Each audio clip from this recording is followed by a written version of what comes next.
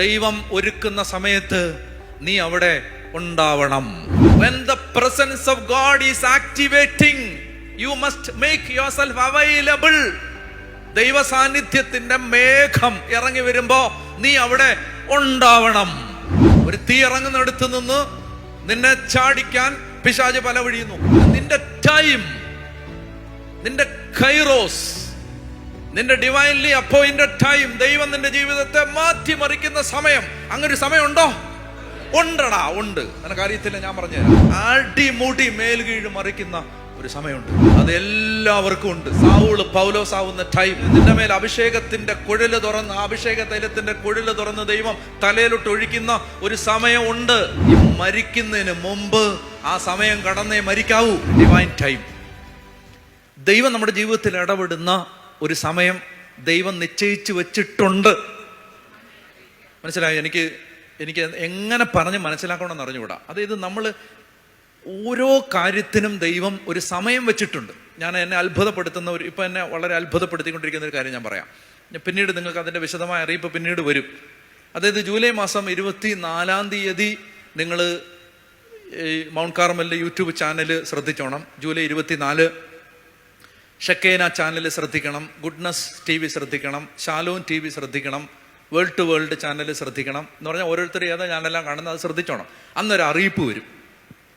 എന്നാ വരുന്നേ? ജൂലൈ 24 ഒരു അറിയിപ്പ് വരും.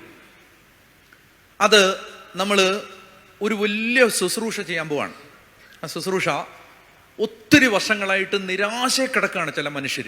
അതായത് എന്നാ ചെയ്തിട്ടും ഒരു അഭിവൃദ്ധി ഉണ്ടാവുന്നില്ല. അച്ഛാ, എൻ്റെ ജീവിതത്തിൽ ഞാൻ എന്ത് പ്രാർത്ഥിച്ചിട്ട് എനിക്കൊരു മെച്ചം കിട്ടുന്നില്ല. ഞാൻ ദൈവസന്നിധിയിലിരിക്കുമ്പോൾ എനിക്ക് കിട്ടുന്ന ഉത്തരം, കുർബാനയിലാണ് എല്ലാ കുരുക്കും അഴിയുന്നത്. എവിടെ? കുർബാനയിൽ. അതുകൊണ്ട് ഒരുപാട് നാളുകൾക്ക് മുമ്പ് കർത്താവ് ഒരു പ്രേരണ, വ്യക്തിപരമായ പ്രാർത്ഥനയുടെ സമയത്തെല്ലാം ആവർത്തിച്ച് തന്നുകൊണ്ടിരുന്ന ഒരു പ്രേരണയായിരുന്നു, ഒരു വിശുദ്ധ കുർബാനയുടെ ഒരു വിമോചന ശുശ്രൂഷ നടത്തണം. അപ്പം ആ ശുശ്രൂഷ നടത്താൻ കർത്താവ് അങ്ങനെ പ്രേരണ തന്നുകൊണ്ടിരുന്നു.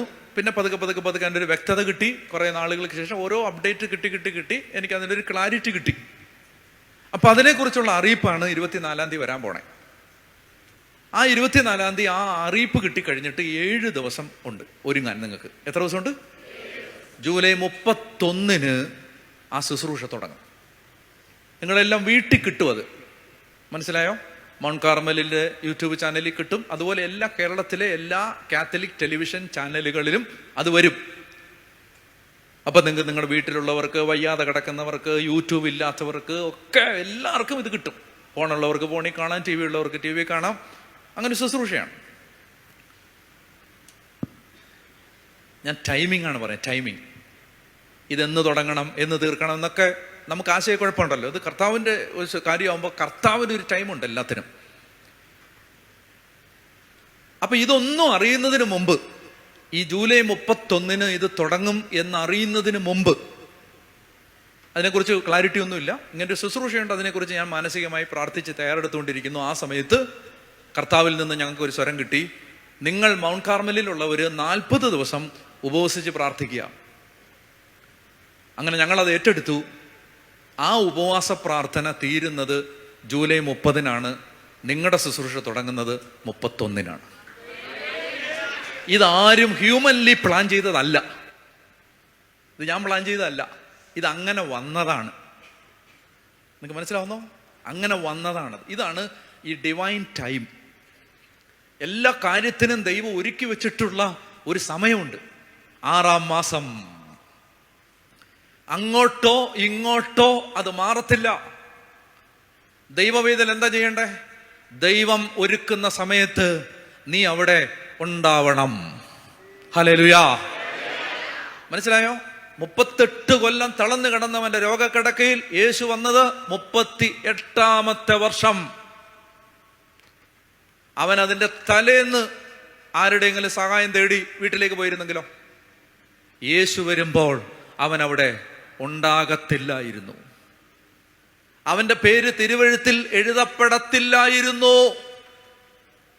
നിങ്ങൾക്ക് മനസ്സിലാവുന്നോ? എത്രയോ തളർവാദ രോഗികൾ ജെറുസലേമിലുണ്ടായിരുന്നു. പക്ഷെ ഇവന്റെ സംഭവം തിരുവഴുത്തിന്റെ ഭാഗമായെങ്കിൽ അതെന്തുകൊണ്ടാണ്? യേശു വന്നപ്പോൾ അവൻ അവിടെ ഉണ്ടായിരുന്നത് കൊണ്ടാണ്. When the presence of God is activating, you must make yourself available. ദൈവ സാന്നിധ്യത്തിന്റെ മേഘം ഇറങ്ങി വരുമ്പോ നീ അവിടെ ഉണ്ടാവണം. പറഞ്ഞ ഹല്ലേലൂയ. പല വഴികളും നോക്കും സാത്താൻ നിന്നെ അവിടെ നിന്ന് ചാടിക്കാൻ.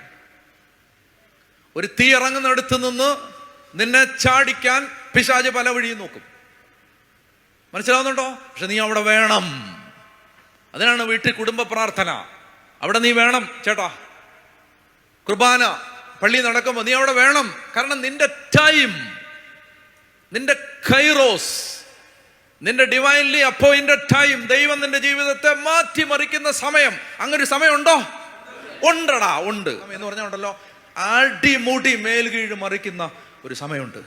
ഉണ്ട്. മനസ്സിലായോ? അത് എല്ലാവർക്കും ഉണ്ട്. എല്ലാവർക്കും ഉണ്ട്. എല്ലാവർക്കും. മനസ്സിലായോ? സാവൂള് പൗലോസാവുന്ന ടൈം, സാവൂള് പൗലോസാവുന്ന ടൈം. മനസ്സിലായോ? നിന്റെ മേൽ അഭിഷേകത്തിന്റെ കുഴല് തുറന്ന്, അഭിഷേക തൈലത്തിന്റെ കുഴല് തുറന്ന് ദൈവം തലയിലോട്ട് ഒഴിക്കുന്ന ഒരു സമയം ഉണ്ട്. ഉണ്ട് ചേട്ടാ, ഉണ്ട്.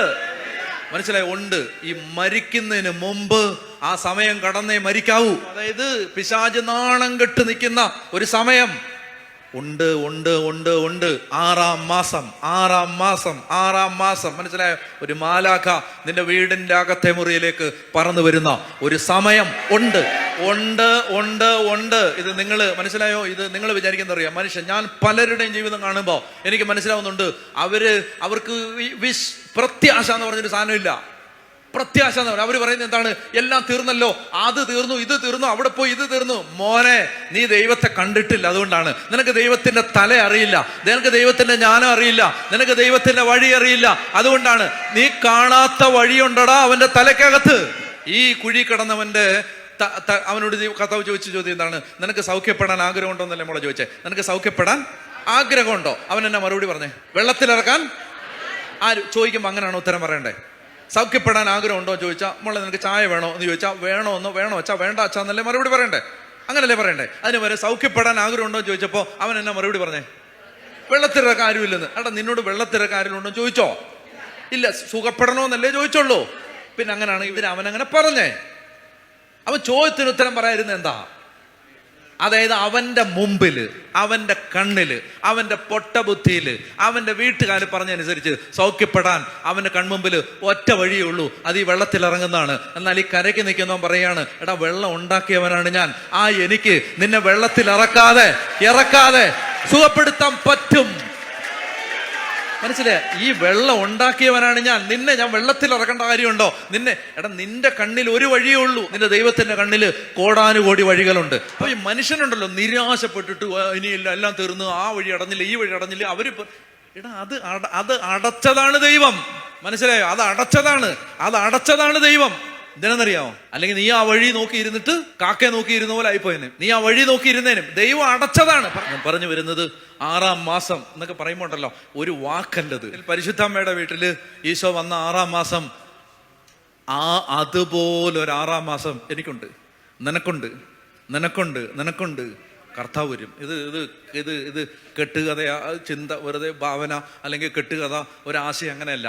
There is a time, there is an appointed time, there is a divinely appointed time, there is a divinely designed time for you. Jesus will come.